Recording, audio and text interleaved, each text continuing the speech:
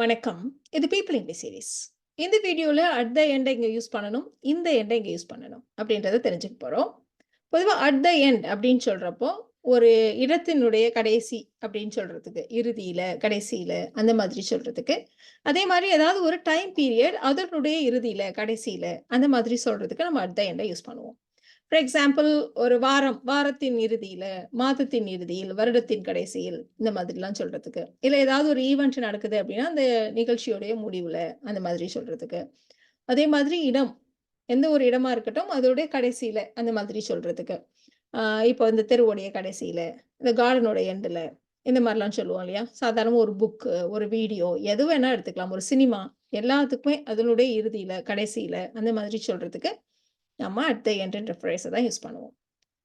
இப்போ தெருமுனையில ஒரு மருந்து கடை இருக்கு. ஸோ ஒரு இடம், அதனுடைய கடைசியில அப்படின்னு சொல்றதுனால நம்ம அட் த எண்ட யூஸ் பண்ணுவோம்.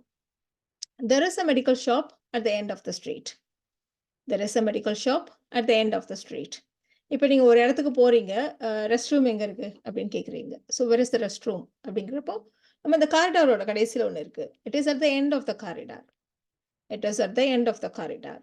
ஸோ நம்ம ஒரு பிளேஸ சொல்லி அதுல கடைசியில அப்படின்னு சொல்றப்ப நம்ம அட் த எண்டுன்னு யூஸ் பண்றோம். இப்போ ஒரு டாக்குமெண்ட் இருக்கு.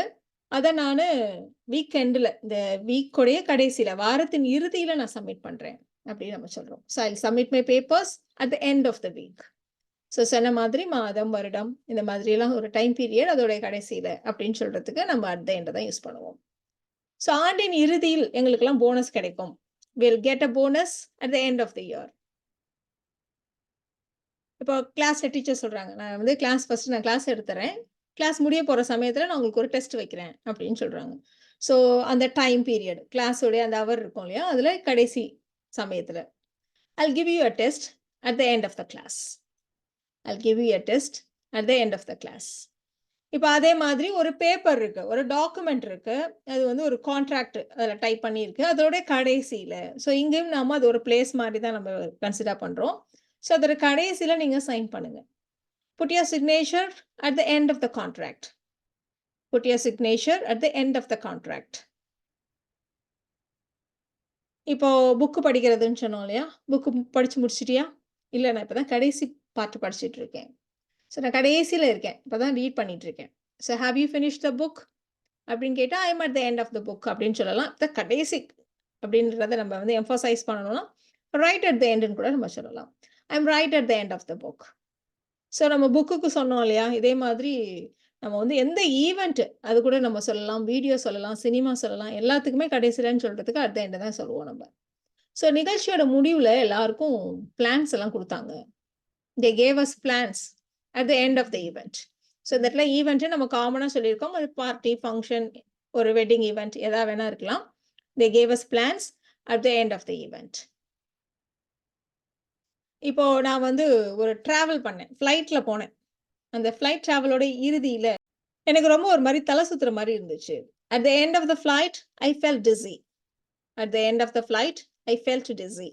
ஸோ உங்களுக்கு இப்ப தோணும், அட் த எண்ட் மாதிரியே நம்ம அட் த பிகினிங் அப்படியே நம்ம தொடக்கத்தில் அப்படின்னு நம்ம சொல்லணுமானா, ஒரு வாரத்தின் தொடக்கத்தில், வருடத்தின் தொடக்கத்தில், மாதத்தின் தொடக்கத்தில், ஒரு நிகழ்ச்சியோட தொடக்கத்துல, புக்கோட தொடக்கத்துல, சினிமாவோட தொடக்கத்துல, இந்த மாரி எல்லாத்துக்குமே நம்ம அப்படியே அட் த பிகினிங்ன்னு நம்ம யூஸ் பண்ணுவோம். இப்ப இந்த எண்ட அப்ப எங்க தான் யூஸ் பண்றது? அப்டின்னா, நம்ம சாதாரணமா ஃபைனலி அப்படின்னு சொல்ற மாரி தான் இந்த எண்ட யூஸ் பண்ணுவோம். ரொம்ப நேரம் ஒரு விஷயம் நடக்குது. அதனுடைய இறுதியில அப்படின்னு சொல்றதுக்கு. ஃபைனலி கடைசியா இப்படி ஆனுச்சு அப்படி சொல்றதுக்கு நாம இந்த எண்ட யூஸ் பண்ணுவோம். நீங்க உங்களுக்கு கன்ஃப்யூஸ் ஆனுச்சுன்னா, அந்த இடத்துல ஃபைனலிங்கிற வார்த்தைய போட்டு பாருங்க. சூட்டபிளா இருந்துச்சுன்னா, அப்ப இந்த எண்டும் கரெக்ட்டா இருக்கும்.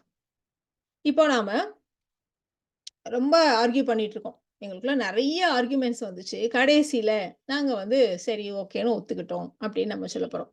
After hours of argument and discussion we agreed அப்படின்னு நம்ம சொல்லுவோம் இல்லையா? ஸோ அத மாதிரி தான். So we had a lot of arguments. But in the end we agreed. But finally we agreed. கரெக்ட்டா இருக்கு இல்லையா? ஸோ இந்த மாரி இடங்கள்ல தான் நம்ம இந்த எண்ட யூஸ் பண்ண முடியும். சினிமாக்கு போலான்னு தான் நெனச்சோம். பட் கடைசியா நாங்க வந்து பீச்சுக்கு போயிட்டோம் அப்படின்னு நம்ம சொல்லப் போறோம். So finally we went to the beach அப்படின்னு சொல்ற மாரி in the end we went to the beach. We thought of going to the movie. In the end we went to the beach. நான் என்னோட ரிங்க எல்லா இடத்துலயும் தேடினேன். கடைசியில பார்த்தா அது என்னோட பர்ஸ்ல இருந்துச்சு அப்படின்னு நம்ம சொல்ல போறோம். So I searched for my ring everywhere. In the end, I found it in my purse. I searched for my ring everywhere. In the end, I found it in my purse. நீங்க இப்ப சொன்ன எக்ஸாம்பிள்ஸ்ல நீங்க கவனிச்சிருக்கலாம். in the end அப்படின்னு சொல்றப்ப ஒரு comma போட்டு use பண்றோம் பார்த்துக்கோங்க. அங்க வந்து அட் த எண்ட பொறுத்தவரைக்கும் at the end of the event, at the end of the year, at the end of the week அப்படியெல்லாம் நம்ம சொன்னோம். பட் இந்த இடத்துல நம்ம இன் த எண்ட் அவ்வளோதான் கமா போட்டு யூஸ் பண்ணிட்டு இருக்கோம். கடைசியில அவர் தன்னுடைய எதிரிகளை எல்லாம் தோற்கடிக்க முடிந்தது. ஸோ ஒரு அரசர் இருக்காரு. நெறைய டைம் எதிரி மேல போர் தொடுத்து போறாரு. ஒவ்வொருத்தரையும் தோல்வியில முடிஞ்சுச்சு. கடைசியில அவர் தனது எதிரிகளை தோற்கடித்தார் அப்படின்னு நம்ம சொல்றோம். ஸோ நெறைய அட்டெம்ப்ட்ஸ்க்கு அப்புறம். ஸோ இந்த மாரி இடங்கள்ல நம்ம வந்து ஃபைனலி அப்படின்னு சொல்லுவோம் இல்லையா? ஸோ அதே மாரி in the end. In the end, he managed to defeat his enemies. So ரொம்ப நேரமா இந்த ட்ரெஸ் எடுக்கலாமா? அந்த ட்ரெஸ் எடுக்கலாமான்னு ரொம்ப நேரமா ஏதோ கன்ஃப்யூஸ் ஆயிட்டே இருந்தீல்ல? ஸோ கடைசியில நீ எத தான் சூஸ் பண்ண? அப்படின்னு நம்ம கேட்கிறோம். So what did you choose in the end? So ரொம்ப நேரமா யோசிச்சுட்டே இருந்தியே, ஃபைனலா நீ என்ன தான் சூஸ் பண்ண? So what did you choose in the end? இப்போ இங்க 2 எக்ஸாம்பிள் சென்டென்சஸ் இருக்கு. இத நீங்க ட்ரை பண்றதுக்கு. ஸோ 1 வந்து போட்டியோடைய முடிவுல அவர் ஒரு கோல் அடித்தார் அப்படின்னு சொல்லணும். இன்னொரு இடத்துல இறுதியில் அவருக்கு ஹெல்ப் பண்றத நான் முடிவு பண்ணேன். ஸோ இதுல எந்த இடத்துல அட் த எண்ட் வச்சு நம்ம சொல்லுவோம். எதுல இன் த எண்ட் வச்சு சொல்லுவோம். ஸோ இந்த சென்டென்சஸ நீங்க ட்ரை பண்ணி பாருங்க. ஸோ ஒரு போட்டியின் முடிவில் அப்படிங்கிறப்போ நம்ம வந்து at the end of the match அப்படின்னு நம்ம சொல்லுவோம் இல்லையா? So he scored a goal at the end of the match. So நம்ம வந்து ஒரு போட்டியின் முடிவுங்கிறப்போ நம்ம அந்த டியூரேஷனை சொல்றோம். அந்த மேட்ச் நடந்த அந்த டைம் பீரியட சொல்றோம். அதனுடைய கடைசியில் அப்படின்னு சொல்றப்போ நம்ம at the end of the match அப்படி யூஸ் பண்ணுவோம். He scored a goal at the end of the match. இது வந்து நான் ரொம்ப நேரம் யோசிச்சேன். இல்ல அவர் அடிக்கடி என்கிட்ட ஹெல்ப் கேட்டாரு. ஸோ ஏதோ ஒண்ணு. ஸோ அதுக்கப்புறம் ஃபைனலா அவருக்கு நான் உதவ முடிவு செய்தேன். அப்படிதான் நம்ம சொல்லுவோம் இல்லையா? ஸோ ஃபைனலா, ஃபைனலி அப்படின்னு சொல்றதுக்கு பதிலா நம்ம இன் த எண்ட் அப்படின்னு நம்ம சொல்லுவோம். I decided to help him in the end. I decided to help him in the end. So இந்த வீடியோல நாம at the end, in the end என்ன டிஃபரன்ஸ், எதை எங்க யூஸ் பண்ணணும் அப்படின்றத தெரிஞ்சுக்கிட்டோம். இந்த வீடியோ உங்களுக்கு யூஸ்ஃபுல்லா இருக்கும்னு நினைக்கிறேன். Thank you so much.